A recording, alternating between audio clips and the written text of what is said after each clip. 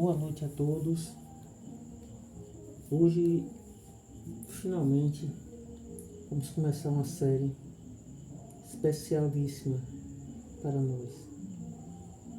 A série Evangelho no Lar. Vamos começar, como é de costume, com uma prece. E no decorrer dessa série, ficará bem claro o que é o Evangelho no Lar. Mas hoje nos limitaremos a dizer que o Evangelho no Lar é a escolha de uma leitura edificante para ser lida pelo menos uma vez por semana, de início, nos nossos lares, ou no nosso trabalho, ou em qualquer outro local que estejamos com frequência, para ser lida pelo menos uma vez por semana, mas também pode ser feito todos os dias. Uma leitura edificante que possa levar as nossas almas. Devemos sempre começar com uma prece ou uma meditação. Pode ser uma meditação dirigida, pode ser com a prece, pode ser com o Pai Nosso, com a Ave Maria falada, uma Ave Maria instrumental, qualquer coisa que possa fazer inicialmente uma conexão com o alto, uma conexão com Deus. Nós vamos começar o nosso Evangelho no Lar com o Pai Nosso e depois com a prece falada. Vamos lá, meu filho. Pai nosso que estais nos céus, santificado seja o vosso nome. Venha a nós o vosso reino. Seja feita a vossa vontade, assim na terra como nos céus. O pão nosso de cada dia nos dai hoje. Perdoai as nossas ofensas, assim como nós perdoamos a quem nos tem ofendido. E não nos deixeis cair em tentação, mas livrai-nos do mal. Que assim seja. Senhor Jesus, assim como dito por Ti em Marcos 18:20, onde estiveres, 2 ou 3, 1 ou 2, reunidos em meu nome, aí estarei. Esse será o nosso Evangelho do dia, o nosso primeiro Evangelho. Porque vamos mostrar que Jesus inaugurou o Evangelho. Aqui nós pegamos na internet essa aula 12, a origem do Evangelho no Lar. E a origem do Evangelho no Lar é com Jesus. Essa aula é a 12, mas o nosso Evangelho é o primeiro. Até porque Jesus é o Evangelho, né? Jesus é o próprio Evangelho. Exatamente. Então, Evangelho no Lar poderia muito bem se chamar Jesus no Lar. E como Jesus é amor, é paz, é luz, poderia se chamar também Amor no Lar, Paz no Lar, outro nome referente a isso. Luz no Lar. Então, porque é tudo isso de bom que vai acontecer nos nossos lares e no entorno dos nossos lares. Eu estou aproveitando aqui, esta aula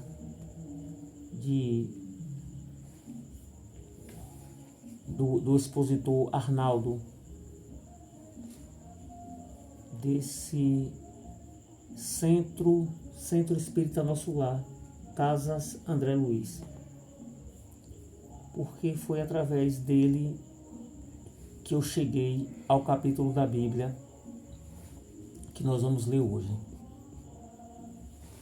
que foi Mateus 18, versículos de Mateus 18, no livro de Mateus na Bíblia, aqui, Mateus 18, versículos de Mateus 18, do livro Mateus na Bíblia. Então, foi através dele que eu cheguei. Então, pessoal, continuando. Numa noite de luar prateado, quando o céu se povoara de estrelas, Jesus se instalou provisoriamente na casa de Pedro, Simão Pedro. Como é comum em nossas casas, também lá o assunto estava improdutivo. Ou seja, quando se reúne um monte de gente, né, o comum é o assunto se tornar improdutivo, né? Como diz, né, em outra leitura aqui que eu fiz, né? A noite era de estrelas do luar, na terra, uma vez mais o mestre escolhia a residência humilde para traçar lição inesquecível. Desta vez não era estalagem singela, onde poucos animais puderam ouvir o canto de gratidão de uma mãe ou de um pai. Nessa noite era a casa de um pescador, aquele que atendera pontualmente ao seu convite. Seguiu-me, segue-me e eu farei de vós pescador de homens. A casa de Simão Pedro jamais seria a mesma. Então,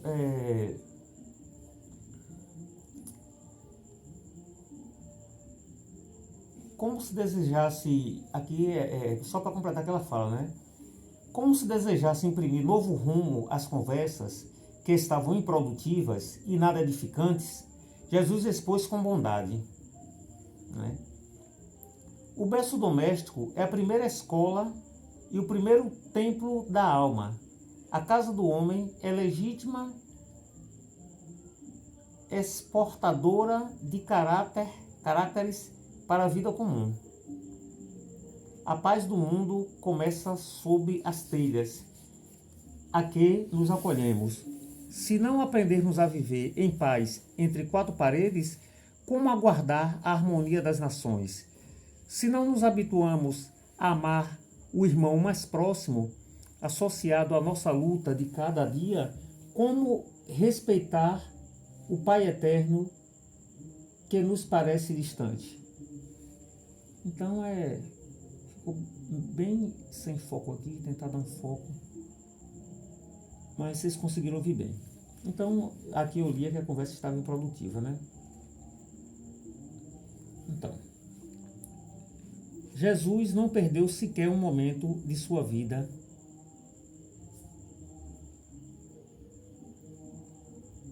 aproveitando tudo com amor e sabedoria para ensinar e exemplificar. Mudou, portanto, o rumo da conversação falando: Pedro, acendemos em torno de nós e de quantos nos procurem a assistência fraterna, uma claridade nova. Na mesa de tua casa é servido o pão de cada dia, que recebes do Senhor. Por que não está lá, ao redor desta mesma, a sementeira da felicidade e da paz, na conversação e no pensamento edificante? O Pai, que dá o trigo através do solo, envia-nos a luz através do céu. Mestre, seja feito como desejas, respondeu Pedro, né? E Jesus, convidando os familiares dos apóstolos, continuando, gente. E Jesus, convidando os familiares do apóstolo, a palestra edificante e a meditação elevada, desenrolou os escritos da sabedoria, havendo então na terra, na casa de Pedro, o primeiro culto cristão no lar. Olha só, pode dar o nome que a gente quiser, tá vendo? Culto cristão no lar. E aqui outra questão interessante, né? Desenrolou os escritos da sabedoria. Nós normalmente estudamos aquela parte da Bíblia que diz assim: eu não vim destruir a lei ou os profetas. Ou seja, Jesus não veio destruir a lei ou os profetas. Quando ele desenrola os escritos de sabedoria, né? Desenrolou os escritos de sabedoria, quer dizer o quê? Que ele desenrolou o quê? O rolo da Torá, como era de costume. Quem assiste na Sexta-feira Santa, aquele filme Paixão de Cristo, né? Vai ter a parte lá da leitura da Torá. Né? E a série The Chosen também. Na série The Chosen também teve, né? Então, gente... Eles assistiram. A série The Chosen, nossa, maravilhosa, viu? Para os tempos de hoje, né? Mas quem não quiser assistir a série The Chosen, assiste Paixão de Cristo, o que quiser. Mas é bom saber que Jesus, ele disse: eu não vim destruir a lei aos profetas. Nós vamos fazer esse evangelho também, viu, gente? Vamos ler aqui muita coisa do evangelho, né, de Deus, que é Jesus. Vamos ler muita coisa aqui, né, da biografia de Jesus. Não é que Jesus seja Deus, mas é que Jesus é o médico de Deus. Jesus, ele transmite a mensagem direto de Deus. Então, este primeiro evangelho no lar, feito pelo próprio Mestre, Jesus, é o modelo para todos que desejam estudar as letras santas no seio familiar. Esse trecho foi retirado do livro Jesus no Lar, de Francisco Cândido Xavier, pelo espírito Nélio Lúcio. O que é Evangelho no Lar? Vou ler só esse pedaço aqui, viu? O estudo do Evangelho no Lar é uma reunião familiar, é uma reunião em família, num determinado dia e hora da semana, para uma troca de ideias sobre ensinamentos cristãos, em proveito do nosso próprio esclarecimento e equilíbrio no lar. Ou seja, gente, eu posso dar testemunho aqui. Ou a semana toda, né? Que ele falou. Ou a semana toda, né? Todos os dias, se a pessoa quiser. Ele faz todo isso. Então aqui, muita coisa a internet tem, né? E eu posso dar testemunho aqui, que graças a Deus, graças ao bom Deus, o Deus maravilhoso, o nosso lar melhorou muito depois que a gente começou a fazer o evangelho no lar. A nossa harmonia, a nossa paz, né? A gente agradece a Deus, agradece a Jesus. Melhorou demais.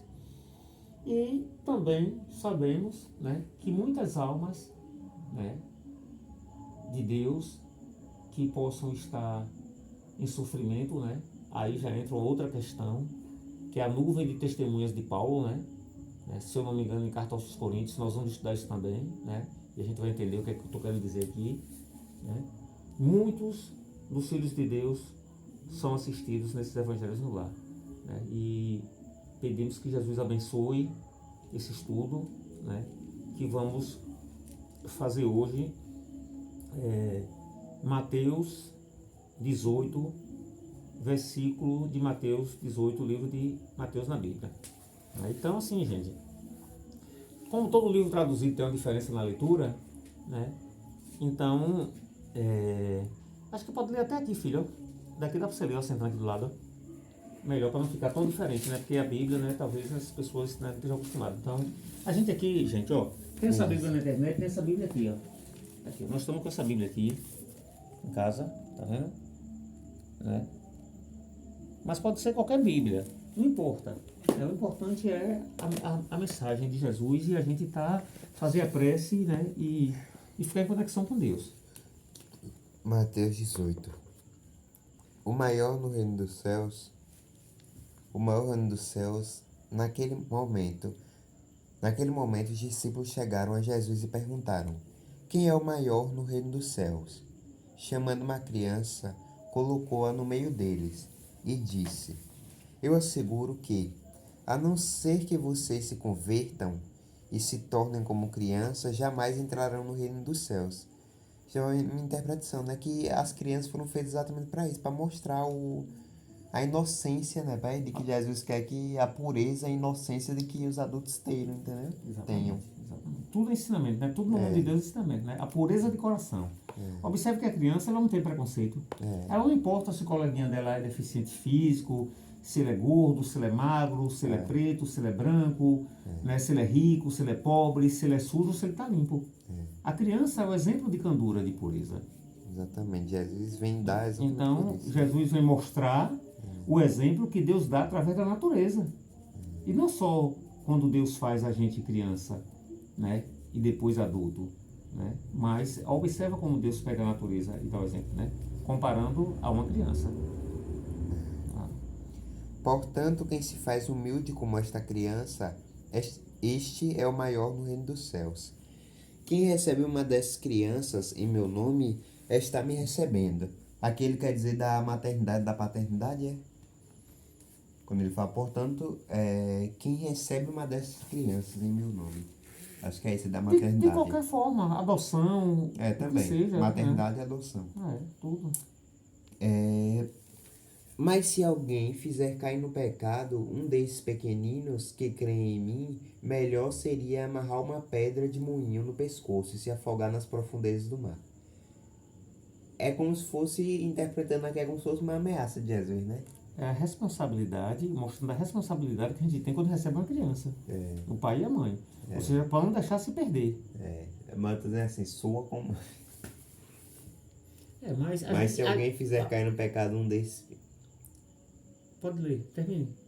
um desses pequeninos que crê em mim, melhor lhe seria amarrar uma pedra de moinho no pescoço e se afogar nas profundezas do mar. Então, foi até bom você comentar isso, porque eu vou fazer um comentário interessante aqui, né? Soa como uma ameaça. Veja bem, essas traduções bíblicas, né? Elas são bem complexas, mas nós devemos sempre lembrar que Jesus é o Cordeiro de Deus e o Cordeiro é manso e ele foi imolado. Então Jesus é amor, é paz. Então tudo aquilo que foi atribuído a Jesus que possa parecer, né, violência, agressividade, é um equívoco. Porque Jesus é o exemplo de candura e ele só deu o exemplo de amor. E Deus é amor, Jesus também é amor. Ai do mundo, por causa das coisas que fazem cair no pecado. É inevitável que tais coisas aconteçam, mas ai daquele por meio de quem eles aconteçam. Se a sua mão ou seu pé o fizerem tropeçar, essa é famosa, né? Corte-se e o jogue-os fora. É melhor entrar na vida mutilado ou aleijado do que tendo as duas mãos e os dois pés, ser lançado no fogo eterno. Não vamos fazer discussões mais profundas, não. Porque é só o primeiro evangelho, né? A gente vai fazer 30, 40. E se o olho fizer tropeçar, arranque-o e o jogue fora. É melhor entrar na vida com um só olho do que tendo os dois, ser lançado no fogo do inferno. Tudo isso aí cabe interpretação, mas hoje é o primeiro evangelho, né? Nós não vamos fazer muitas interpretações, não. A gente vai focar somente lá na parte de 15 a 20. A ilustração da ovelha perdida. Cuidado para não desprezarem um só desses pequeninos, pois eu digo que os anjos deles nos céus estão sempre vendo a face do meu Pai Celeste. O Filho do Homem veio para salvar o que se havia perdido. O que acham vocês se alguém possui 100 ovelhas e uma delas se perde? Não deixará as 99 nos montes, indo procurar a que se perdeu? Sim, Jesus, né, conosco. Isso é importante por quê? Porque ninguém vai se perder. Jesus, eu gosto sempre de dizer o seguinte, gente, vamos estudar. Vão lá e pesquisem a palavra evangelho. No latim, no grego, o que significa? Pesquise a palavra boa nova. Veja lá se boa nova é sinônimo de evangelho. Mas pesquise você mesmo. E aí você vai ver que Jesus é a palavra de Deus. Você vai entender, mas pesquisa mesmo. Pesquisa evangelho, evangelium, boa nova. Pesquisa no latim, no grego, a etimologia da palavra. E no hebraico, né? E no hebraico, onde for você conseguir pesquisar. Faz várias pesquisas e você vai ver e vai entender, né, o que é que Jesus e o que é que a Bíblia está dizendo para nós. E se conseguir encontrá-la, garanto que ele ficará mais contente com aquela ovelha do que com as 99, que não se perderam. Da mesma forma, o Pai de vocês que está nos céus. Exatamente, ficar mais feliz em ver uma pessoa renovada que era ruim do que uma pessoa que não fez nada a vida toda. Não quer que nenhum desses pequeninos se perca. Então, nenhuma ovelha se perderá, né, gente? Então, porque Jesus é bondade e Deus é amor. Pronto. Eu acho que essa parte aqui agora é o foco, né? É esse aqui. O irmão que peca contra o outro. Se o seu irmão pecar contra você, vá e a sós com ele. Mostre-lhe o erro. Se ele o ouvir, você ganhou seu irmão. Pronto. Isso aí é uma coisa interessante, né? Porque isso serve para tudo. Serve para casa, para o trabalho e tudo. No trabalho, por exemplo, né? Alguém cometeu o erro. Você vai chegar na frente de todo mundo e vergonhar aquela pessoa? Não. Faça o que o Evangelho de Deus está dizendo. Faça o que Jesus está dizendo. Ó. Se seu irmão pecar contra você, vá e a sós com ele, mostre o erro. Se ele o ouvir, você ganhou seu irmão. Agora, se você envergonhar ele na frente de todo mundo, ele vai ficar gostando de você? Não. Mas se ele não ouvir, leve consigo mais um ou dois outros, de modo que qualquer acusação seja confirmada pelo depoimento de 2 ou 3 testemunhas. Se ele se recusar a ouvi-los, conte à igreja. E se ele se recusar a ouvir também a igreja, trate-o como pagão ou publicano. Pronto, então assim, veja bem, a igreja aí é comunidade, né? Então a gente não vai entrar em detalhes nesses detalhes de discussão, né? Ou seja, Essa parte aqui, essa frase, já percebeu que foi deturpada, né? Porque não existia na época de Jesus esse negócio de pagão. Inclusive, os judeus consideram agentes cristãos como pagãos. por isso que a gente não vai discutir isso, entendeu? O cristianismo, ele é uma religião gnóstica, então pagã. Digo a verdade, tudo que vocês ligarem na terra terá sido ligado no céu, e tudo que vocês desligarem na terra terá sido desligado no céu. Também digo que, se dois de vocês concordarem na terra em qualquer assunto sobre o qual pedirem, isso será feito a vocês por meu Pai que está nos céus. Pois onde se reunirem 2 ou 3 em meu nome, ali eu estou no meio deles. E nesse 2 ou 3, vocês são o guardião. São o guardião ou outro lá que faz. Então,